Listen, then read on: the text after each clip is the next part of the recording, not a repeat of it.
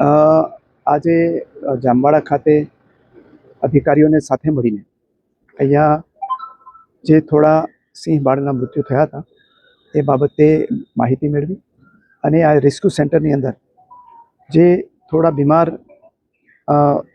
કબ અને લાયન છે એમનું ઓબ્ઝર્વેશન પણ કર્યું.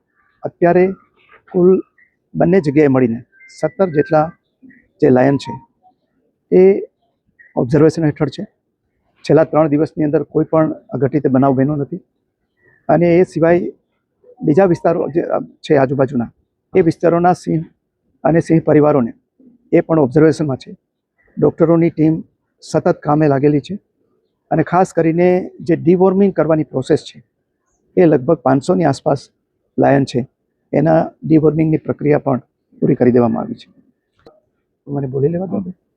એટલે આ રીતે જોવા જઈએ તો એ અત્યારે કોઈ ચિંતાનું કારણ નથી અને હું વન વિભાગના મારા અધિકારીઓને, કર્મચારીઓને અને ડૉક્ટરોને પણ અભિનંદન આપું છું કે આ ઘટના તો 28 તારીખે ધ્યાનમાં આવી, પરંતુ એની પહેલાં 19 તારીખથી જ એણે જે પ્રિવેન્ટિવ મેઝર લેવા જોઈએ એ પ્રિવેન્ટિવ મેઝર લીધેલા હતા અને એને કારણે આજે જે છે એ આપણે સ્થિતિને સંપૂર્ણપણે લગભગ કહી શકાય કે એને કાબૂમાં લઈ આવી શક્યા.